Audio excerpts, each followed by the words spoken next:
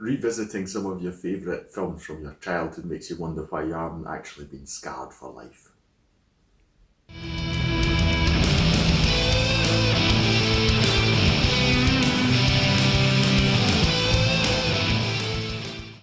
Hi, my name's June. Welcome to another review video on my channel. Today I'll be talking about the film The Witches, but not the new version that just came out in October of this year. I'm actually talking about the original film because I'm assuming due to the new release, it popped up for me on Netflix and I thought it's been about, well, I would assume about 20 years since I saw it the last time, and not only that, but I've only seen it in German. Because 20 years ago we didn't have the wonders of Netflix, etc. to watch stuff in the original language. I used to watch this film whenever it popped up on television, and in Austria, in case you don't know, there is always a German synchronization. There's always a German dub with each film, so I've only seen it in German. So this was very interesting. Not only did I revisit one of my favourite childhood films, I watched it many times, but it was the first time for me to see it in English. Yes, I haven't seen the new one, so I would have hoped I could have made a comparison between the two, but to be perfectly honest, due to the mixed reception that I got, I don't feel like I want to pay the money just so I can make a comparison.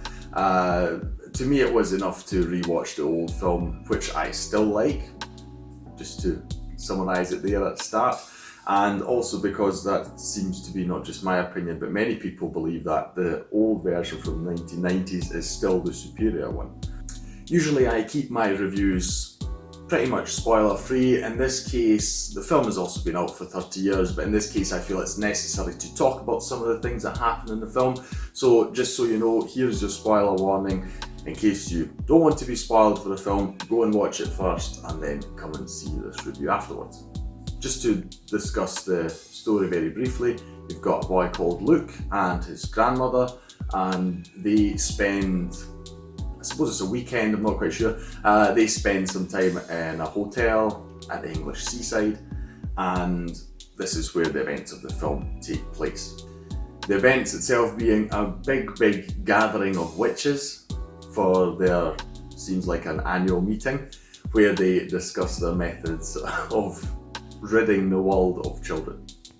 This plan involves turning all the children into mice by using a wee serum that is put into candy or other such food items for them to ingest, and this is what happens to Luke and another kid that he meets called Bruno, and he devises a plan to get back at the witches and turn them into mice before they all leave the hotel. That is pretty much the plot of the film. There's not much more to say about that. It's very straightforward. I would rather talk about the aspects of the film that I find very interesting. One thing I didn't realise 20 years ago, but I found very surprising now, is that the film is produced by Jim Henson, who's obviously very famous for the Muppets and all the other puppets he's done in his lifetime. It was obviously a very good idea for him to produce this film because you do have puppets, again, bit spoilery here. The mice, when the kids are turned into mice, they can actually talk, and they use puppets for a lot of the things they use, and this is one of the really good aspects of this film. They use mice, trained mice, for many scenes in the film, and it's very impressive if you ask me. I like to wonder about how they do these things. It must have taken them ages. Some of these shots seem very complicated in that sense, because you've got very many people moving, objects moving, real actual mice moving. So I believe it would have probably been very hard to do all this stuff. And generally speaking, lots of these are very practical effects.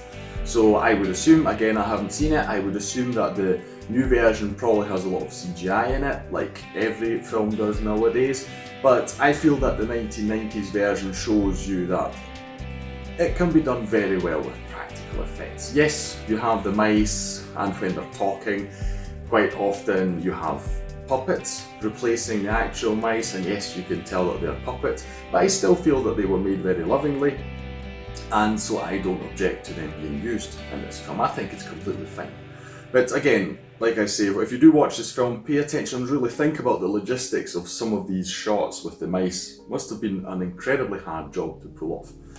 Staying on the effects, other practical effects, you have, well, the Grand High Witch, as she's called. That's the boss of the witches, is played by Anjelica Huston in this film. Perfect choice if you ask me. She fits that role perfectly. And then to come back to the practical effects, there is a scene where they all reveal themselves as witches, and the prosthetics and everything she wears is just great. Absolutely flawless. I don't think that could be replaced in any way. Nothing really much more to say about that. Seeing that actually made me think. I was looking at the screen and I thought, I used to love watching this film as a kid. Why am I not suffering from nightmares even to this day from doing so? It's one of these typical films. I feel that many of them came out in the 80s and 90s, where it's like they would not be made in this way nowadays because they're really nightmare inducing. There are a few films like these that I loved as a kid, but when I see them nowadays I'm like, wow. Another one would be Legend, probably. I loved that as a kid, but when you think about the imagery in it, it's actually it doesn't feel really suitable for kids. But then again, I suppose I proved that yes, it was fine for kids, and maybe still is today. One last thing to mention when it comes to the practical effects, you've got scenes obviously where people are being turned into mice. I feel that they are done very good as well, because you see them at various stages of this process. So you'll see them at first just with slightly mousy features in their face, and then they suddenly start to sprout fur and ears and all these things, all the other features and that. And again, you see people at various stages of this, and I felt again it's done really well. It also is something that I feel does make it a bit disturbing when you think about it, when you look at it too much. But again, this is you with an adult brain thinking about it. A kid will just look at it, and while maybe being slightly disturbed by it, it will be forgotten quite quickly as soon as you see the nice wee cute mouse coming up the clothes. As far as the actors involved, you have, besides Anjelica Huston, who I already mentioned, who is a perfect fit for the Grand High Witch, you have Rowan Atkinson. He plays the hotel manager of this seaside hotel in England, and I think he's great in his role. I like the hotel manager. He's channeling a bit of Blackadder there, I would say, because he just doesn't like people that much. Although, to be fair, you do have a lot of examples of people just being entitled, and just because they are in a hotel they believe they can get everything they want. But still, at times he is also not really such a good person. There's a scene, for instance, where he just barges into a hotel room, and I'm thinking that, just imagine that happening to you. You're in your hotel room, somebody just barges in. It's like, that would not happen. At least nowadays it would not happen. Probably back then not either. I mean, it's a film, but okay. So he's great. You've got Luke and his grandmother. I think they're both fine, really. There's nothing much to say there, although the grandmother is a bit strange in that sense. I suppose it's also the writing, but it's weird. Again, spoilers, because the story starts off with Luke's parents die. They obviously die in a car crash, at least it's heavily implied. They disappear in a car and they don't reappear. And while there is a short sad scene where they're dealing with this, that's it for the rest of the film. It's like there's no heavy emotional, I mean, okay, it's a kids film, but still there's no emotional burden here. No one's really sad about losing their children or their parents, you know. So Luke and his grandmother, they seem pretty fine about this. As I mentioned, Luke is turned into a mouse. His grandmother, again, her reaction isn't too big. It's like, oh, you're a mouse, oh. I would completely freak out if my child or grandchild would suddenly be turned into a mouse, but there you go. That to me was very strange. Apart from that specifically, both of them, I feel, do a great job. They portray their relationship quite well. It's very believable. It felt very genuine, so that was definitely nice. Other than that, generally speaking, the characters are not very exaggerated in some places. Again, I feel it's necessary to remind yourself it's a children's film, it's made for kids, and you can tell because a lot of plot holes and various other things that a kid would just not care about, you know, so that's fine. Just remember that when you're watching this film. Don't take it too serious and don't be nitpicky about it. Just enjoy the ride. It's very good.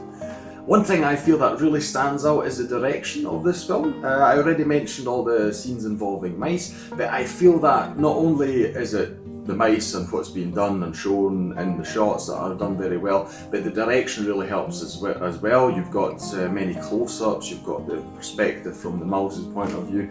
Generally the film feels a bit claustrophobic because of it, which I feel is very fitting, because the whole place, the whole hotel is packed full of people, and it's like everyone's immediately in your face, and the camera does this as well all the time. And particularly when it comes to the witches, there are many close-ups, and I feel they're really good because they make your skin tingle a bit, because it's just a bit unnerving, the whole thing, when you know that they're witches and all the evil stuff they get up to. One thing that I feel makes this film not be too dark and evil for kids, I feel that the music does a good job of reminding you that this isn't really a horror film or anything like that. The music's very uplifting, very joyful, I'll call it at times, so I feel that this has been done intentionally, again, to just lighten the mood, and it's a fantasy. I mean, even the kid himself, look, when he's a mouse, he's just using this opportunity to get back at the witches. He's not really too concerned about the fact that he's a wee mouse or anything, and that's what you're meant to do. Just go with it. Go with the flow. Like I say, the music helps all this. Just enjoy this wee adventure that you're on. One thing that is nice, again, when you think about, there's a remake being made, just released, and this film is 30 years old. I'm not quite sure what the intentions were for a remake. I mean, I suppose it's just a typical Hollywood disease of, it made money or it was popular at one time, let's just make a new version of it. But this film, I really feel, after having rewatched it, I still like it as much as I did when I was a child. Obviously now I'm noticing more of the silly things that don't make as much sense and so, but regardless, it's still a great film, it still holds up, and it actually does in a way still feel quite timeless. So I believe it's set in the 80s. And okay, when you see a car, you'll know, okay, it's from an age that's a bit longer past. But generally speaking, I don't think it feels really dated at all. The practical effects are fine. You've got, as I said, the mice, the prosthetics, and you've got smoke effects, and that all works today. It's all okay. The camera work is where you can tell it's a bit dated, because some of the quick close-ups and that, they feel a bit more old school, I'll call it, not quite as smooth and such. But generally speaking, still a great film. It absolutely holds up today. I highly recommend you watch it. If you're not sure whether your children will like it or not, if it's too much for them, like I say, just Google, if you're not sure, just Google an image of Anjelica Huston as the Grand High Witch, and I would say that's probably the scariest thing that you'll see in the whole film, and that should give you a good pointer. I definitely recommend watching it. If the new version is available on some streaming service, I'll probably catch up to that at some point. If I feel it necessary, I might even make a wee comparison video, but we'll see that sometime in the future. Apart from that, this is where I'll leave you for today. I hope you enjoyed the video and my review. Tell me in the comments below what you thought of the film. If you've seen the new film, let me know what that's like. If I'm right about being a bit doubtful about it, or maybe I'm wrong. Maybe you think it's great, it's better than the original, then let me know. That'll make me want to watch it even more. Leave a like on this video, share it around if you want to, that would help me out, help out the channel. Subscribe for future videos, and I'll see you in the next one. Take care.